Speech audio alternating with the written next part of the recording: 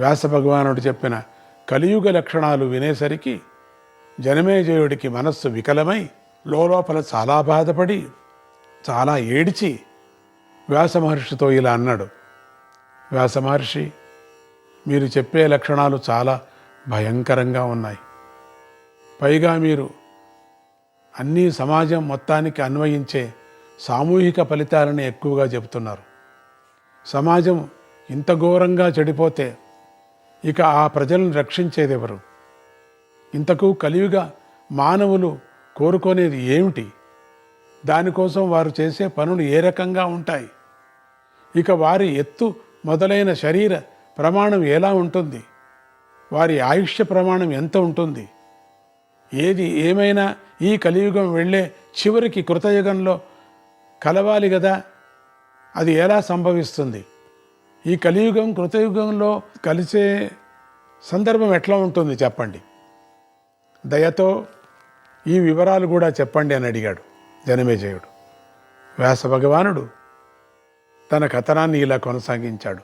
జనమేజయ, కలియుగంలో ప్రజలకు ధర్మం క్షీణిస్తుందని చెప్పాను కదా, అంటే దానివల్ల వారి ఆయుష్యం తగ్గిపోతుంది, దానివల్ల వాళ్లలోని బలం తగ్గిపోతుంది, దానివల్ల వారిలోని అంతఃసారం అంటే లోపల ఉండే తేజస్సు తగ్గిపోతుంది, దానివల్ల వాళ్ళ శరీర కాంతి కూడా తగ్గుతుంది, దానివల్ల వ్యాధులు పెరిగిపోతాయి, వాటి వల్ల వాళ్లలో నిరాశ నిస్పృహలు పెరిగిపోతాయి. ఈ నిస్పృహే వాళ్ళ పట్ల వరం అవుతుంది. ఈ నిస్పృహ వల్లే వారు ఏమనుకుంటారంటే నేనంటే ఎవరు అనే విచారం మొదలు పెడతారు. నిస్పృహతోనే పెరుగుతాయి. ఇంతవరకు ఘోరం అనుకున్నాం కదా, ఈ ఘోరం తీసుకొచ్చి ఎక్కడ పెడుతుంది చూడండి. మొత్తం అంతా చెడిపోతారు, నిస్పృహ పెరిగిపోతుంది. వాళ్ళకి చూడండి ఎంత అద్భుతమైనటువంటి వరం వస్తుంది. దానివల్ల వారికి క్రమంగా ధర్మం మీద శ్రద్ధ పెరుగుతుంది, కొంచెం భయం వస్తుంది. ఈ ధర్మశ్రద్ధ కారణంగానే వాళ్ళు మళ్ళీ కృతయుగంలోకి ప్రవేశిస్తారు. అందుకే చూడండి ఎక్కడెక్కడ ఉపన్యాసాలు మంచి మంచి పురాణాలు చెప్తుంటే ముసలాళ్ళే ఎక్కువ ఉంటారు, యువకులు ఉండరు. ఈ కలియుగంలో నేను చెప్పినట్టుగా మనం అనుకున్నాం కదా, నిస్పృహ పెరిగిపోతుందని. అంతఃశక్తి లోపల పోతుంది, నిస్పృహ పెరిగిపోతుంది. కోడళ్ళ మీద, ఇంటి మీద, పిల్లల మీద కొద్దిగా వైరాగ్యం పెరుగుతుంది అనుకున్నాం కదా. వాళ్లే ముందు అంటే ఈ ముసలాళ్ళు ధర్మాన్ని గురించి వింటారు, వాళ్ళకి కావాల ధర్మం గురించి. మహాభారతం వినాలా అనుకుంటారు, భాగవతం వినాలా అనుకుంటారు, భగవద్గీత చదవాలా అనుకుంటారు. వాళ్లే ముందు కలియుగం నుంచి ఇక ప్రవేశిస్తారు కృతయుగానికి. ఈ ధర్మశ్రద్ధ కారణంగానే వాళ్ళు మళ్ళీ కృతయుగంలోకి ప్రవేశిస్తారు. చూసారా, ఇప్పటికైనా వయస్సులో అయినా ధర్మబుద్ధి పుట్టినప్పుడు మీకు మంచిది. అందుకని ఈ కలియుగంలో కొద్దిమందికి ధర్మం మీద నామమాత్రమైనా శ్రద్ధ ఉంటుంది, కొంచెమైనా ఉంటుంది. ధర్మం విషయంలో పట్టించుకోకుండా తటస్థంగా ఉండేవాళ్లే ఎక్కువ మంది ఉంటారు. మరికొందరు ధర్మం అనే పేరెత్తితే చాలు రకరకాల దుర్విమర్శలను చేస్తూ ఉంటారు, తిడతారు. కొందరు హేతువాదం అనే పేరుతో ధర్మాన్ని తిరస్కరిస్తూ ఉంటారు, మేమంతా హేతువాదం అంటారు.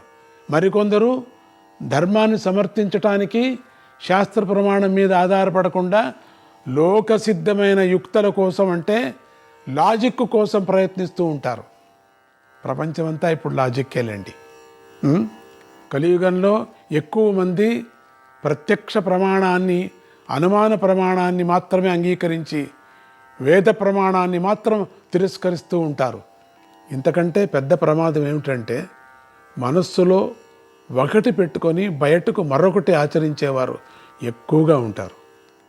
దీనితో పాటు ఆచరణతో సంబంధం లేని ఒట్టి మొండి వాదాల మీద ఆసక్తి కలవారు ఇంకా ఎక్కువగా ఉంటారు. నిజమైన ధర్మ విచారణ, ధర్మాచరణ అనేవి ఎంత తక్కువగా ఉంటాయంటే అవి చేసేవారు ఎవరైనా కనిపిస్తే మనం ఆశ్చర్యపోవలసిందే కదా. మనం అప్పుడప్పుడు కూడా ఆనందపడుతుంటాం, ఎంత భక్తో, ఎంత ఆచరణ ఉందో. ఆ యాత్రలోనే ఆయన వెళ్ళిపోయాడంటే ఎంత మంచి కార్యక్రమాలు చేశాడు, ఇవన్నీ మాట్లాడుకుంటుంటాం. కాస్తో కూస్తో ధర్మశ్రద్ధ కలవారు కూడా శ్రమపడి ప్రధాన ధర్మాలను పట్టుకోలేక భగవన్నామస్మరణాది సులభోపాయాల వెంట పడుతూ ఉంటారు వాళ్ళు. ఇలాంటి వారు ఉన్నంతలో సత్యాన్ని, దానాన్ని ఆశ్రయించుకొని కొంతవరకు శుభ మార్గంలో నడుస్తూ ఉంటారు. అంతెంతో శుభ మార్గంలో నడుస్తారు. కొంత వాళ్ళకు మార్క్స్ ఇచ్చారు ఇక్కడ వ్యాస భగవానులు. మిగిలిన వారికి ఇంద్రియ నిగ్రహం అసలే ఉండదు. అధర్మ భీతి లేకపోవడం వల్ల, అత్యాశ అధికంగా ఉండడం వల్ల ఒక వర్ణం వారి వృత్తిని మరొకరు వర్ణం వారు అపహరిస్తూ ఉంటారు, దొంగతనం చేస్తూ ఉంటారు. ప్రపంచంలో కలియుగం బాగా ముదిరేసరికి సాంప్రదాయకమైనటువంటి శాస్త్ర విద్య, దాంతోపాటు ఆత్మజ్ఞానాన్ని గురించిన విచారణ అనేవి పూర్తిగా లోపించిపోతాయి. ఇక టైం దొరకదు ఆత్మవిచారానికి. అయినా కూడా చెడు దానాలు పట్టకుండా యథాశక్తిగా నిస్వార్థ దానాలు చేసేవారు కొద్ది కాలంలోనే ధర్మసిద్ధిని పొందుతారు. కొంతమంది నిస్వార్థమైన దానాలు చేసేవాళ్ళు ఉన్నారు, వాళ్లే నిజమైన సిద్ధిని పొందుతారు. తరచుగా పెద్ద యుద్ధాలు, తుఫానులు, మితిమీరిన వానలు వస్తూనే ఉంటాయి. రాక్షసులు ఉత్తమ వంశాలలో జన్మించి పైకి మంచివారిలాగా కనిపిస్తూ ధర్మ మూలాలనంతా నాశనం చేస్తారు. ఎంతో కొంత ధర్మాసక్తి కలవారు కూడా నిజమైన ధర్మానుష్ఠాన పరులను పై పై మాటలతో మెచ్చుకుంటారే కానీ వారికి అండగా నిలవరు, వారిని అనుసరించరు. రకరకాల దొంగతనాలు పెరిగిపోతాయి. క్రిమి కీటకాలు, విషజంతువులు, వ్యాధులను కలిగించే దోమలు మొదలైనవి పెచ్చు పెరిగిపోతాయి. అది నిజమే మహానుభావ. మానవుల క్షేమము, ఆరోగ్యము, బంధు సమాగమము, సుభిక్షము మొదలైన మంచి లక్షణాలు అప్పుడప్పుడు మాత్రమే కనిపిస్తూ ఉంటాయి అక్కడక్కడ. పట్టణాలు పెరిగి జనసమ్మర్దం విపరీతమవుతుంది. అత్యాశతో దూరదేశాలకు వెళ్ళి బంధువర్గంతో సహా స్థిరపడిపోయేవారు కాలచక్ర భ్రమణంలో దరిద్రులై హీనస్థితికి చేరే సందర్భాలు పెరుగుతాయి ఆ దేశంలో ఉండే వాళ్ళందరికీ.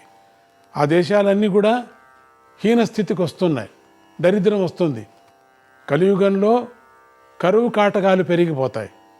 ప్రజలకు తిండి లేక పిల్ల పాపలను భుజాల మీద మోసుకొని దూరదేశాలకు పారిపోతారు. సముద్ర ప్రాంతాలు, హిమవత్పర ప్రాంతాలకు కూడా మ్లేచ్ఛ జనుల్లో నిండిపోతారు. ఎక్కడెక్కడ పర్వతాలు ఎక్కడున్నాయో అక్కడంతా కూడా తెల్లవాళ్ళు వచ్చి చేరుకుంటారు. మ్లేచ్ఛులు అనగా విదేశాల నుంచి వచ్చినటువంటి ధర్మభ్రష్టులు. జనాభా విపరీతంగా పెరిగిపోయి భూమి అంతా జనంతో నిండిపోతుంది. ఆయుధదారులై ప్రజలను రక్షించవలసినటువంటి బాధ్యత కలవారు తమ బాధ్యతను సరిగా నిర్వర్తించరు. వాళ్ళు పారిపోతారు. మానవులు మృగచర్మాలను, ఆకులను కూడా కట్టుకు తిరిగేటువంటి పరిస్థితి వస్తుంది.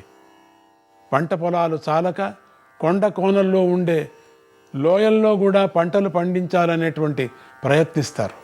ఆవులను వదిలేసి మేకలను, గొర్రెలను, గాడిదలను, ఒంటెలను కూడా బాగా ఆదరించి పోషిస్తారు.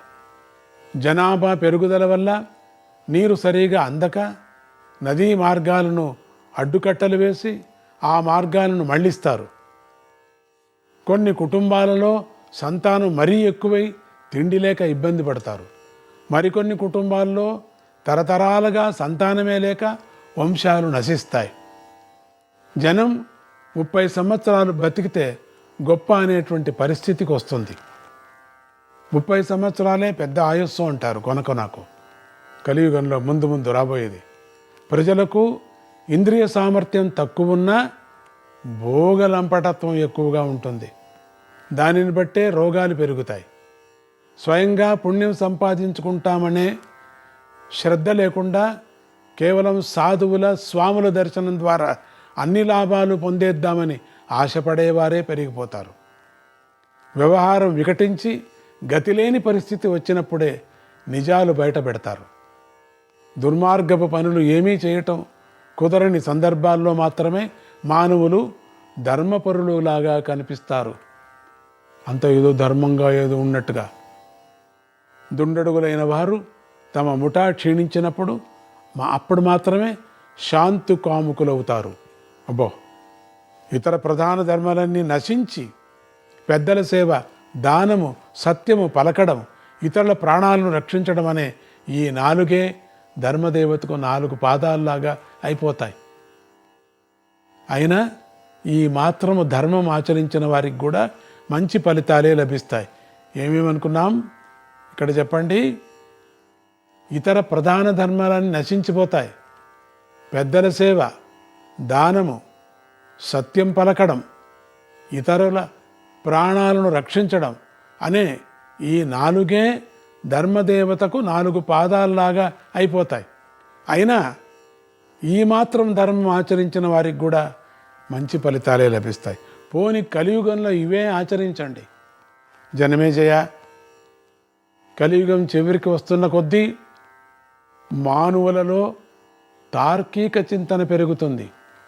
కనుక వాళ్ళు తమకు శుభ ఫలాలు లభించినప్పుడు మనం ఏం చేస్తే అవి వచ్చాయి అని తార్కికంగా ఆలోచించడం ప్రారంభిస్తారు. దాని ద్వారా సత్యదానాది ధర్మాచరణం వల్ల శుభ ఫలాలు వస్తున్నాయి అని వారు గుర్తించగలుగుతారు. మనకి ఎందుకు వచ్చింది కష్టం? దీన్ని చేశాం అందుకని వచ్చి అనేటువంటి శక్తి పెరుగుతుంది వాళ్ళకు. ఇది చేశాం అందుకే మనకు మంచిదైంది, ఇది ఎక్కువ ఇంకా చేయాలి మనకు అనిపిస్తుంది. దానివల్ల క్రమంగా వారి ధార్మిక చింతనలో కొంత మార్పు మొదలవుతుంది. అలాగే ఎక్కువ ఇంద్రియ సుఖభోగపరులై నీతి నియమాలను దూరంగా ఉన్నప్పుడు కష్టాలు కలుగుతాయని కూడా వారు గుర్తిస్తారు కూడా. దానివల్ల అనైతిక ఆధార్మిక ప్రవర్తన దూరం అవుతామనేటువంటి ఆలోచన వారిలో క్రమంగా ఈ వికాసం పరిపుష్టమైనప్పుడు మానవులు క్రమంగా కలియుగంలో నుంచి కృతయుగంలో ప్రవేశిస్తారు. అంతేగాక ఇప్పటి వరకు అధర్మమే రాజ్యం చేసింది, ఇక మీదట ధర్మమే వృద్ధి చెందాలి.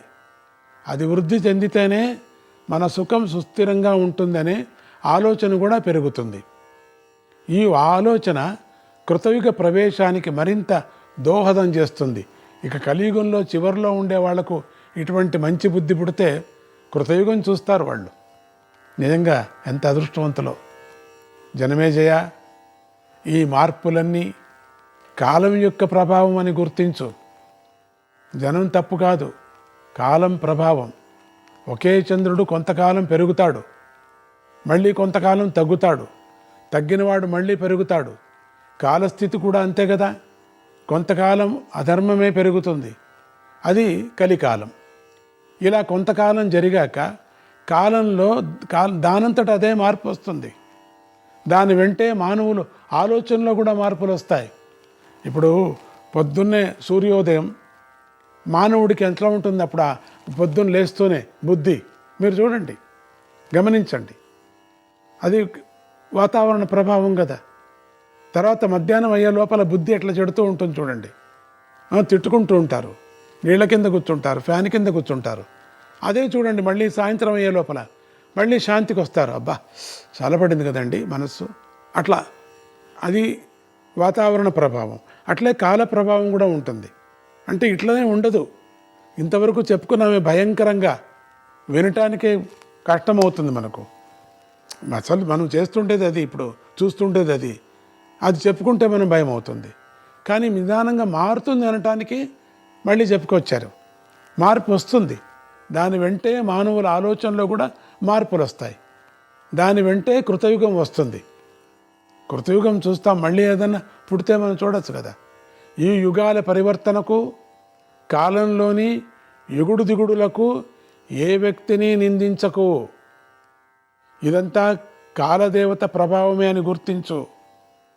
అసలైన కాలతత్వం మనకు తెలిసేది ఎలాగంటే దానికి వేదం ఒక్కటే ఉపాయం. వేదం అంటే పరమాత్మ యొక్క రూపాంతరమే. దానిలోనే పరమాత్మ యొక్క అసలైన తత్వం నిక్షేపింపబడింది ఉంది.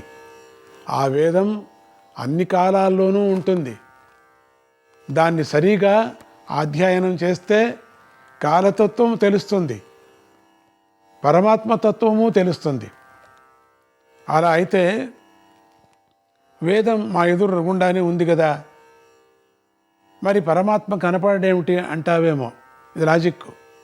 దానికి ఒక ఉదాహరణ చెబుతాను.